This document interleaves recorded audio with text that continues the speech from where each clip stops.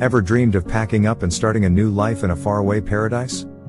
Maybe sipping coffee in a medieval town square, or waking up to the call of tropical birds on an island most people can't pronounce? But here's the plot twist. For some countries, crossing the border is the easy part. Getting in is one thing. Becoming one of them? Well, that's where things get really interesting. Let's unlock the world, one nearly impossible passport at a time. Welcome, as we explore the world's most exclusive clubs, the nations where getting a passport is so fiercely guarded it's practically a fantasy for outsiders. Now, we're not talking about those citizenship by investment schemes, where a huge check can buy you a passport. We're looking at naturalization, the process for long-term, law-abiding residents who have poured their lives into a country's society and economy. Today, we're counting down the 10 countries where this process is so demanding and restrictive, it's almost a myth. The rules in these places are so tough they make you wonder what it even means to belong. So, stick around, because you won't believe which country landed our number 1 spot. So, if you've ever Googled how to get citizenship easily, get ready to meet the other side of the coin. But before we set off, don't forget to subscribe and hit that bell icon. We bring you the real stories, hidden secrets, and expert travel tips you won't find anywhere else. Kicking off our list at number 10 is a country famous for its neutrality, chocolate, and incredible wealth, Switzerland. On paper, the path looks simple enough. Live there for 10 years, learn a national language, and show you're integrated. But here's the twist that makes Swiss citizenship so tricky: the whole process is decentralized. It's not just the federal government that gets a say. You also need the green light from your specific canton and, most unpredictably, your local town. This means your own neighbors can literally veto your application. In some small communities, people have been rejected for things as wild as not knowing the color of local cows or complaining about cowbell noise. While courts have started pushing back on these absurd questions, the system still demands a level of integration so deep it can feel completely arbitrary, making the final outcome a roll of the dice for even the most dedicated residents. For number 9, we're heading to East Asia, to the land of the rising sun, Japan. Japan's initial requirement of just 5 years of residency seems pretty reasonable compared to others on this list. Don't be fooled, because the leniency stops right there. The Japanese system puts a massive emphasis on cultural assimilation and something vaguely called upright conduct. Officials will meticulously comb through your entire life, your finances, your police record, and they'll even check with your neighbors to see what they think of you. You have to prove you're financially stable and you must be willing to renounce your original citizenship, since Japan doesn't allow for dual nationality. But maybe the biggest hurdle is the bureaucracy itself. The process is famously opaque, with a mountain of paperwork that often has to be handwritten in Japanese, and the final decision really just comes down to the mood of the case officer at the Ministry of Justice. This mix of strict social standards and red tape means only a tiny fraction of foreigners who apply ever succeed. At number 8, we find ourselves in the serene and isolated Himalayan kingdom of Bhutan. Bhutan is a nation that fiercely protects its unique cultural identity and its philosophy of gross national happiness. That protection extends directly to its citizenship laws. To even be considered for naturalization, a foreigner has to live in Bhutan for at least 20 years. And that's just the first mountain to climb. Applicants have to prove they've never spoken ill of the king or the country, be fluent in the national language, Dzongkha, and pass tough exams on Bhutanese culture and history. A 1985 law made things even stricter, stating a child is only a citizen if both parents are Bhutanese. With a hard ban on dual citizenship and a clear government policy of keeping things the way they are, Bhutan grants citizenship so rarely it remains one of the most closed-off nations on earth. Our number 7 spot takes us to the world's most populous nation, China. For a global superpower with so much economic influence, China has one of the lowest rates of naturalization in the world. The 2010 census found only about 1,448 naturalized citizens in the entire country. The reason? The law is deliberately vague and leaves everything up to officials. There's no clear residency timeline to apply. Instead, the law just says foreigners can apply if they have close relatives who are Chinese nationals or for other legitimate reasons. That catch-all phrase gives the government total control, with no clear path for an average long-term resident.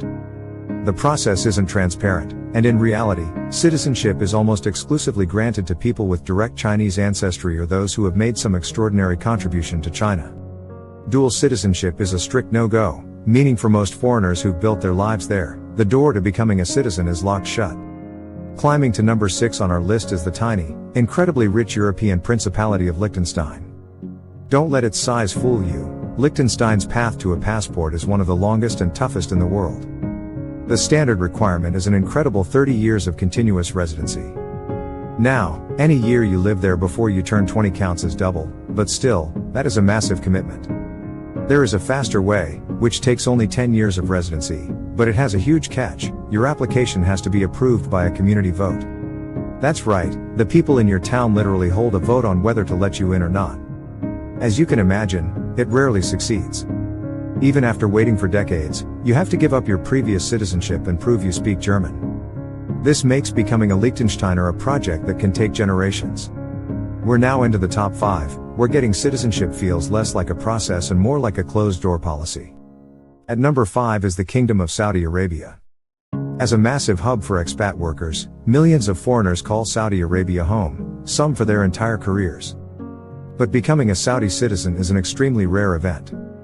The official rule is a minimum of 10 straight years of residency. After that, an applicant needs to be fluent in Arabic, have a clean criminal record, and, most importantly, work in a profession the country considers necessary. The application uses a point system where you get points for your education or family ties to the kingdom, but even a perfect score is no guarantee. The final decision is completely discretionary and often requires a decree from the king himself.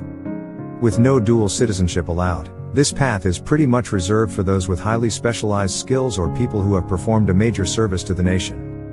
At number 4, we land in another Gulf nation with some serious barriers: Kuwait. Kuwait's citizenship laws are famously strict and have only gotten tougher over time. For most non-Arabs, the residency requirement is 20 consecutive years. For Arabs from other countries, it's 15 years. But the hurdles don't stop there. You need a legal source of income, a perfect reputation, and fluency in Arabic. Most importantly, under current law, applicants must be Muslim. While there have been some discussions about allowing non-Muslims to naturalize, the law hasn't changed. On top of all that, the government controls the entire process with an iron fist. In recent years, Kuwait has even revoked thousands of citizenships that had been granted previously, sending a very clear message about how tightly it guards its national identity.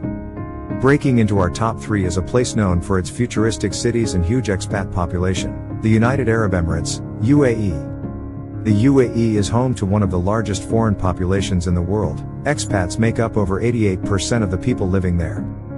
In spite of this, it has one of the longest and most difficult roads to citizenship anywhere. The general requirement for naturalization is a mind-boggling 30 years of continuous legal residence. You have to be fluent in Arabic, have a legal income, and have a good reputation. But even after living in the country for 3 decades and checking all those boxes, citizenship isn't a right, it's a gift. It is granted by nomination from the courts of the rulers and crown princes. Recent changes have created paths for investors and brilliant professionals, but these are also by nomination, not by application. For the vast majority of the millions of people who power the UAE's economy, the dream of becoming an Emirati citizen is practically impossible. Our runner-up for the most difficult country to gain citizenship, at number 2, is the gas-rich state of Qatar. Qatar stands out as maybe the most exclusive of the Gulf nations. To even be eligible to apply for citizenship, a foreigner must have legally lived in the country for 25 consecutive years. During that quarter century, you generally can't be out of the country for more than a couple of months each year.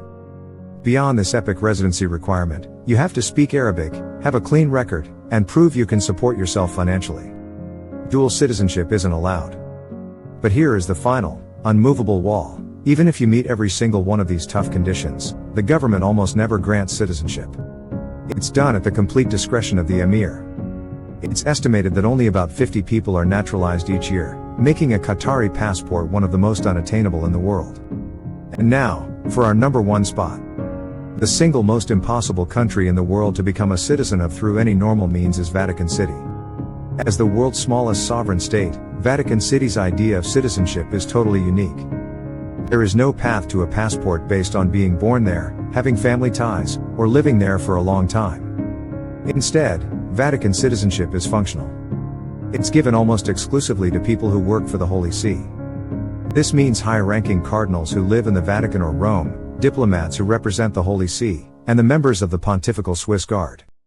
Your citizenship is tied directly to your job, and for most people, the moment your job ends, your citizenship is taken away. The only person who holds it for life is the Pope. With only a few hundred citizens in total, there is no application process for the public, making it literally impossible for a normal person to naturalize. So there you have it. From the community votes in Switzerland to the job-based citizenship of the Vatican, 10 countries where the door to belonging is almost sealed shut. It's a fascinating and complicated issue, balancing a country's desire to protect its identity against the real lives of the people who call it home. Which of these countries surprised you the most? Is there a nation you thought would be on this list that we missed? Let us know what you think in the comments below. We read every single one. The desire to put down roots and feel like you belong is a universal human dream. But as we've seen today, the legal definition of belonging can be the highest wall to climb. These 10 nations show us that a passport is so much more than a travel document. It's a powerful symbol of identity, acceptance, and a place to officially call home, a symbol that, for countless people, will always remain just out of reach. Thanks for watching. If you found this as interesting as we did, make sure to subscribe and hit that notification bell for more explorations of our incredible and complex world.